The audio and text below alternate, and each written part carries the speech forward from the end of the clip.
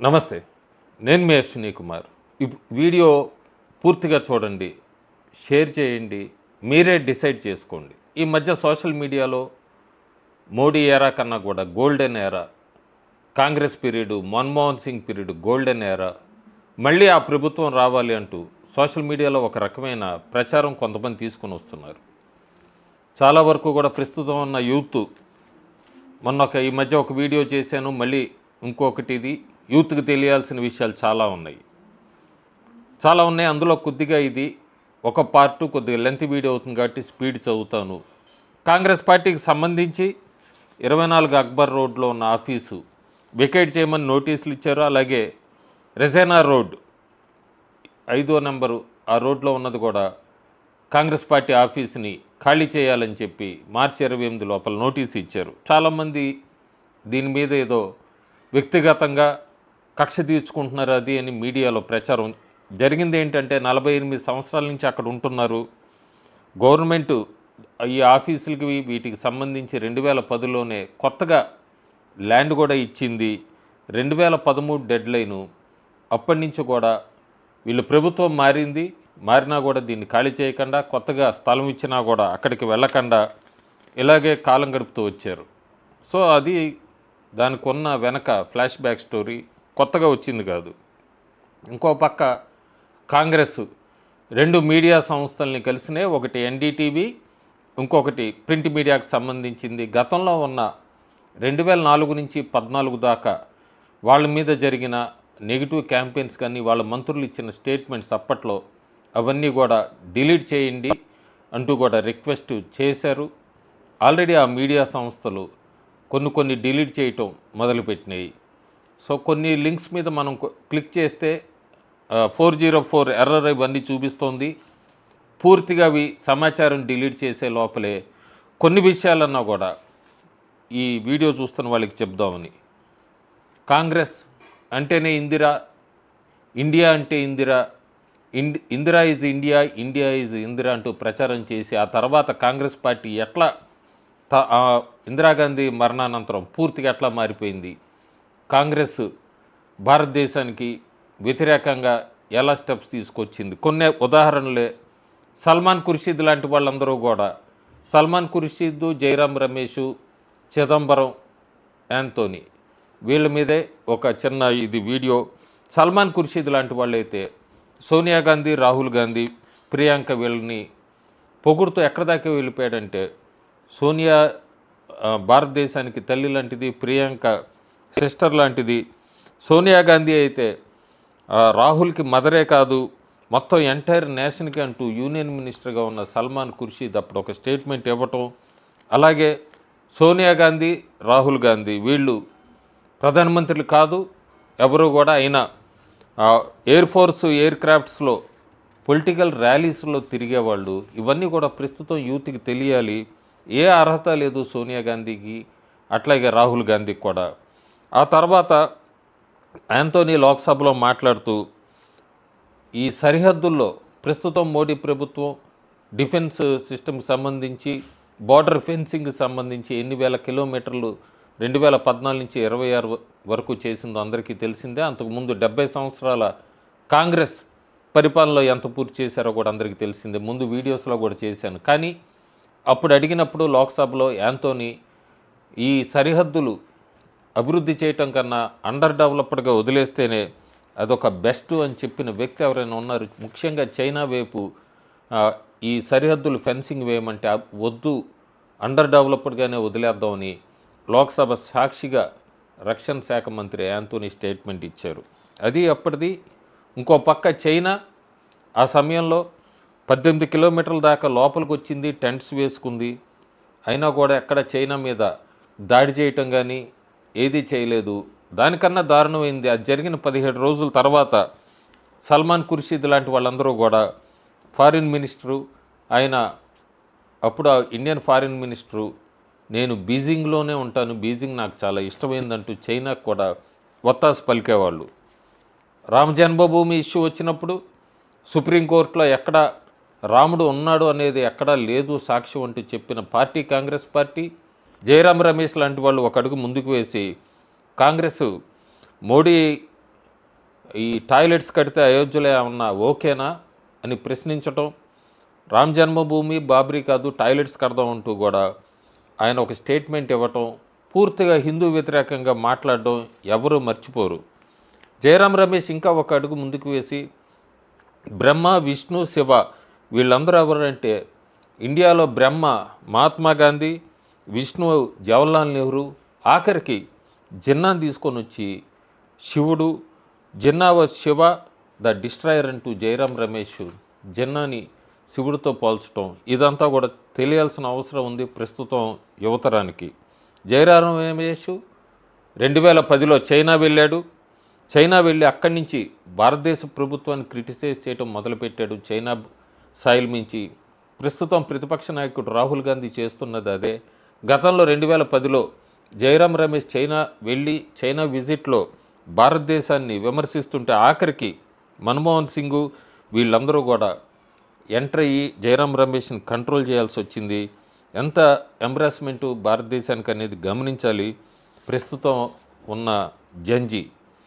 ఇంకా పూర్తిగా ఆర్థిక మంత్రిగా ఉన్న చిదంబరం ప్రస్తుతం ఈ మధ్య విడుదలైన దురంధర్ సినిమాలో చూపించినట్టుగా నోట్ల డిమానిటైజేషను, దీనికి సంబంధించి 2012లోనే అప్పుడు ఆర్జేడీ ఎంపీ పాకిస్తాన్ నుంచి ఇక్కడి నుంచి ఫేక్ కరెన్సీ నోట్లు వస్తున్నాయి, ఇంకు పేపరు అట్లాగే ఇవన్నీ కూడా స్మగ్లింగ్ జరుగుతుంది నేపాల్ మించి అని లోక్సభలో అడిగినప్పుడు చిదంబరం అప్పుడు ఫైనాన్స్ మినిస్టరు, మనం ఇవన్నీ ఎలా ఆపగలము, సోర్సు వేరే దేశానికి సంబంధించింది, సోర్స్ అంతా సరిహద్దుల్లోంచి లోపలికి వస్తున్నాయి, మనం ఆపలేము అంటూ కూడా స్టేట్మెంట్ ఇచ్చిన ఫైనాన్స్ మినిస్టరు చిదంబరం.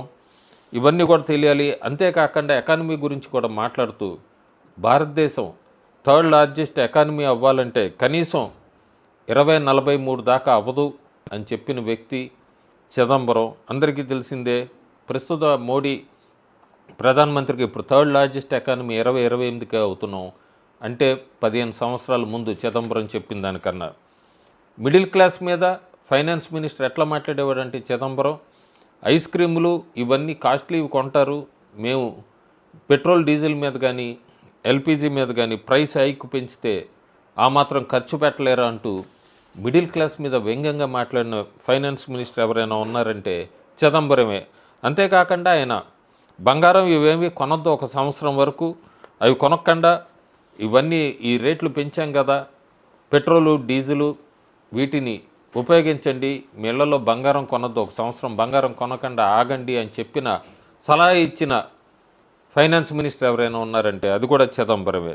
2012లో ఇంకా చెప్తే ఒకే సంవత్సరంలో 11 సార్లు పెట్రోల్ రేట్లు పెంచారు, 11 నెలలు. ప్రస్తుతం కాంగ్రెస్ కూటమితో ఉండి వెస్ట్ బెంగాల్ ముఖ్యమంత్రి మమతా బెనర్జీ ఆ రోజు విమర్శించింది, ఆ ట్వీట్ అంతా కూడా పెడతాను. ప్రస్తుతం కాంగ్రెస్ పార్టీ నాయకులంతా కూడా ఎంత వార్ టైంలో పెట్రోలు డీజిలు అదే ప్రైజ్ నడుస్తున్నా కూడా విమర్శిస్తూనే ఉన్నారు. యూపీఏ ఎరాలో 12 నెలల్లో 11 నెలలు వరుసగా నెల పెంచుకుంటూ వెళ్ళారు. అయినా కూడా అప్పుడు ఎవరు మాట్లాడాలి. మరి ప్రస్తుతం యువతకి ఆ గోల్డెన్ ఎరా కావాలనేది వాళ్ళే డిసైడ్ చేసుకోవాలి. పాకిస్తాన్ని ఇదివరకు యూపీఏ ప్రభుత్వం అడుక్కునేది. పాకిస్తాన్ ఇప్పుడు భారతదేశం ఎట్లా సమాధానాలు చెప్తుందో అందరికీ తెలుసు.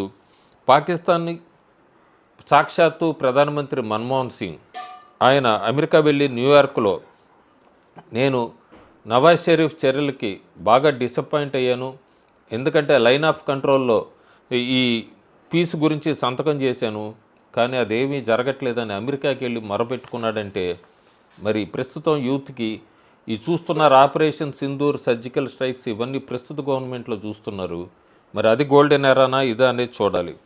ఆఖరికి రాజ్బబ్బర్ లాంటి వాళ్ళంతా కూడా ఈ మిడిల్ క్లాస్ మీద రేట్లు పెంచారు కదా, మిడిల్ క్లాస్కి దెబ్బ కదా అంటే ముంబై లాంటి చోట 12 రూపాయలకే భోజనం దొరుకుతుంది, వెళ్ళి అక్కడ తినమనండి అంటూ కూడా వ్యంగ్యంగా మాట్లాడిన పార్టీ సభ్యుడు రాజ్బబ్బరు, అది కూడా గుర్తుపెట్టుకోవాలి.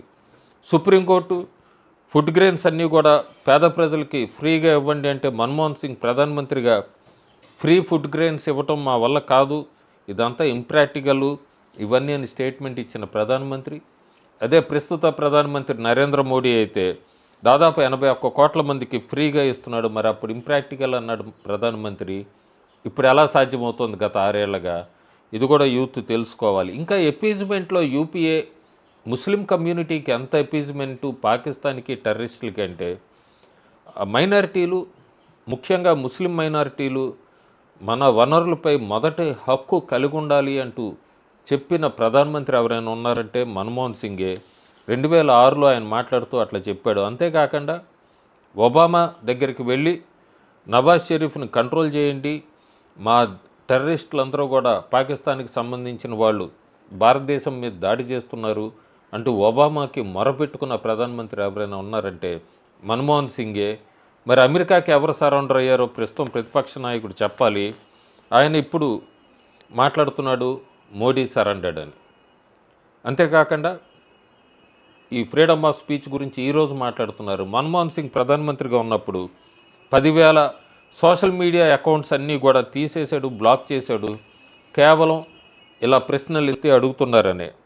పెట్రోల్ పంప్స్ ఈరోజు క్రైసిస్ వలన జనాల్ని ప్యానిక్ గురిచేసి ఎక్కడికక్కడ స్టాక్స్ ఫుల్ ట్యాంక్స్ ఇలా చేసుకుంటూ నో స్టాక్స్. కానీ కేవలం ఏ యుద్ధము ఏదీ లేదు యూపీఏ సమయంలో వాళ్ళు సప్లై చైన్ మెయింటైన్ చేయలేకే పెట్రోల్ పంపులన్నీ కూడా 8ంటికే మూసేయండి అని చెప్పిన వ్యక్తి వీరప్ప మొయిలీ, అప్పుడు పెట్రోలియం మినిస్టరు. ఇది కూడా యూపీఏ ఎరాలోనే జరిగింది. కాంగ్రెస్ పార్టీ పూర్తిగా ఎపీజ్మెంట్ ఎట్లా చేసేదంటే ముస్లిమ్స్ని అలాగే టెర్రరిస్టులని పాకిస్తాన్కి వత్తాస ఎలా పలికేది అంటే హఫీజ్ సయ్యద్ లాంటి వాళ్ళందరూ కూడా కాంగ్రెస్కి మద్దతుగా మాట్లాడేవాళ్ళు. 26/11 అటాక్స్ జరిగినాయి. దీని వెనకంతా కూడా BJP, RSS, Hindu terror groups ఉన్నాయని సాక్షాత్తు భారతదేశానికి చెందిన హోంశాఖ మంత్రి స్టేట్మెంట్ ఇవ్వటం ఎక్కడా వెరిఫై చేయకుండా ఆ తర్వాత తెలుసు దాని వెనక ఎవరున్నారో అందరికీ తెలిసిందే. ఎప్పుడైతే హోంశాఖ మంత్రి ఆ స్టేట్మెంట్ ఇచ్చారో హఫీజ్ సయ్యద్ లాంటి వాళ్ళందరూ కూడా భారతదేశాన్ని టెర్రర్ దేశం కింద అనౌన్స్ చేయమని చెప్పటం, వీళ్ళందరూ కూడా ఒకటే లైన్ ఆఫ్ దీనిలో కదిలేవాళ్ళు, ఒకటే స్టేట్మెంట్సు. ఈరోజు పవర్ కట్, కోల్స్ ఇవన్నీ మాట్లాడుతున్నారు, ఎలక్ట్రిఫికేషను. భారతదేశం ప్రపంచంలోనే అతి పెద్ద బ్లాకౌట్. ఎప్పుడు 62 కోట్ల మంది భారతీయులు దాదాపు 13 గంటలు కరెంట్ లేకుండా ఉన్నారు అంటే కూడా వరల్డ్స్ లార్జెస్ట్ బ్లాకౌట్ అని చెప్పచ్చు. అది కూడా జూలై 30, 2012లో జరిగింది. మరి అలాంటి గోల్డెన్ ఎరా కావాలా ప్రస్తుతం ఉన్న యూత్కి అనేది వాళ్ళే ఆలోచించుకోవాలి. వీళ్ళు చెప్తున్నారు ఇంకా ఫ్యూచర్. ఇవన్నీ మన్మోహన్ సింగ్ 9 సంవత్సరాల పరిపాలన తర్వాత అప్పటి ఎంపీ, ప్రస్తుత ప్రతిపక్ష నాయకుడు రాహుల్ గాంధీ చాలా క్లియర్గా 2013లో ఆయన స్టేట్మెంట్ ఏంటంటే మేమన్నీ కూడా మన్మోహన్ సింగ్ అన్ని విషయాల్ని సాల్వ్ చేస్తాడనుకుంటే మీ భ్రమే, అన్నీ సాల్వ్ చేయలేడు. కాంగ్రెస్ పార్టీ 9 సంవత్సరాలు ఇప్పుడు మేము పరిపాలించినా కూడా మన్మోహన్ సింగ్ అన్నీ కూడా కంట్రోల్ చేయలేము. ఉదాహరణకి పెట్రోల్ డీజిల్ రేట్లు పెరగటం కానీ, ఇన్ఫ్లేషన్ డబుల్ డిజిట్స్లోకి వెళ్ళటం కానీ ఇవన్నీ జరుగుతూనే ఉంటాయి. మేము కంట్రోల్ చేయలేమని 2013లో ఆయన మాట్లాడిన స్పీచ్ ఒకసారి అందరికీ తెలియాలి. కాంగ్రెస్ మోడల్ పెట్రోలియం బంక్స్ మూసేయటం 8ంటికి, ఢిల్లీ లాంటి చోట పవర్ బిల్స్ పెరుగుతున్నాయి, పెంచారేంటి అని అడిగితే అప్పటి సీఎం షీలా దీక్షిత్ మీరు అవును వినియోగం తగ్గించుకోండి, పవర్ బిల్స్ మేము తగ్గించలేమని మాట్లాడిన వాళ్ళు. ఫుడ్ ఇన్ఫ్లేషన్ ఎందుకంటే భారతదేశం గ్రోయింగ్ ప్రాస్పరిటీ అని చెప్పిన ప్రధానమంత్రి మన్మోహన్ సింగ్. ఇవన్నీ కూడా ఒకసారి ఆలోచించుకోవాలి. ప్రస్తుతం ఉన్న ఈ జంజీ ఎవరైతే ఒక రకమైన నెగిటివ్ క్యాంపెయిన్కి ట్రాప్లో పడుతున్నారో వాళ్ళందరూ కూడా ఈ విషయాలు తెలుసుకోవాల్సిన అవసరం ఎంతైనా ఉంది. చాలా క్రోనాలజీ సింపుల్గా ఒకటి చెప్తాను. ముంబై బ్లాస్టులు జరిగిన 26/11 ఆర్ఎస్ఎస్ మీద బ్లేమ్ చేశారు. 2007లో ఒక పుస్తకం రిలీజ్ చేశారు 26/11 ఆర్ఎస్ఎస్కి సాజిష్ అని. ఆ పుస్తకం ఆజీజ్ బర్నే ఆయన్ని సత్కారం చేశాడు మన్మోహన్ సింగ్. 2008లో 26/11 అటాక్స్ తీసుకున్నాక 2009లో రాహుల్ గాంధీ యుఎస్ అంబాసిడర్కి ఇండియాకు వచ్చినప్పుడు తిమూర్తి రోమర్కి హిందూ గ్రూప్స్ అన్నీ కూడా రాడికలైజ్ అయిపోయినాయి. ఇది లష్కర్ ఈ తోయిబా కన్నా కూడా పెద్ద థ్రెట్ హిందూ టెర్రర్ గ్రూప్స్ అని చెప్పడం.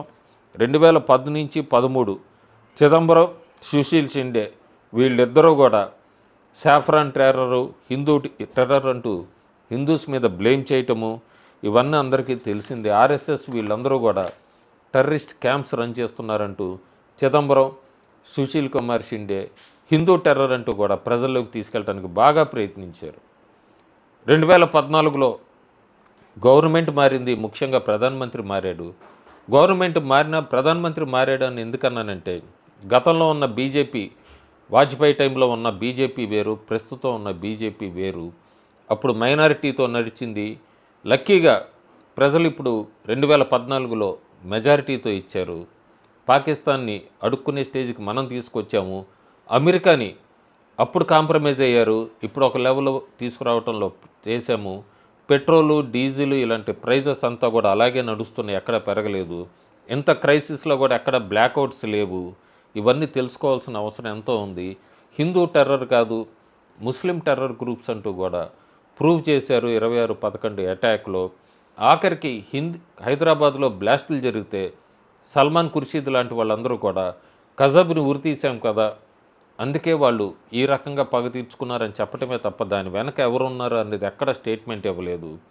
ఇంకా ఆశ్చర్యకరమైంది, ప్రధానమంత్రి నరేంద్ర మోడీ 2014లో గెలిచాక ఫస్ట్ పోస్ట్ లాంటి వాళ్ళందరూ కూడా పాకిస్తాన్ నరేంద్ర మోడీని ఇండియా ప్రధానమంత్రిగా అవటానికి ఒప్పుకుంటుందా అనే ఆర్టికల్ రాయటం కూడా ఇదంతా సిగ్గుచేటు. ఎందుకంటే భారతదేశానికి ఎవరు ప్రధానమంత్రి కావాలన్నది భారతదేశ ప్రజలు డిసైడ్ చేస్తారు, కానీ మన సరిహద్దుల్లో మన శత్రు దేశం కాదు. ఈ రకమైన నెగిటివ్ క్యాంపెయిన్ నడిచింది 2014 నుంచి, మళ్ళీ ప్రస్తుతం నడుస్తోంది. యువత ఈ ట్రాప్లో పడకూడదు. గోల్డెన్ ఎరా యూపీఏ ఎరానా, ప్రస్తుతం ఎరానా అనేది మీరే డిసైడ్ చేసుకోండి. Thank you.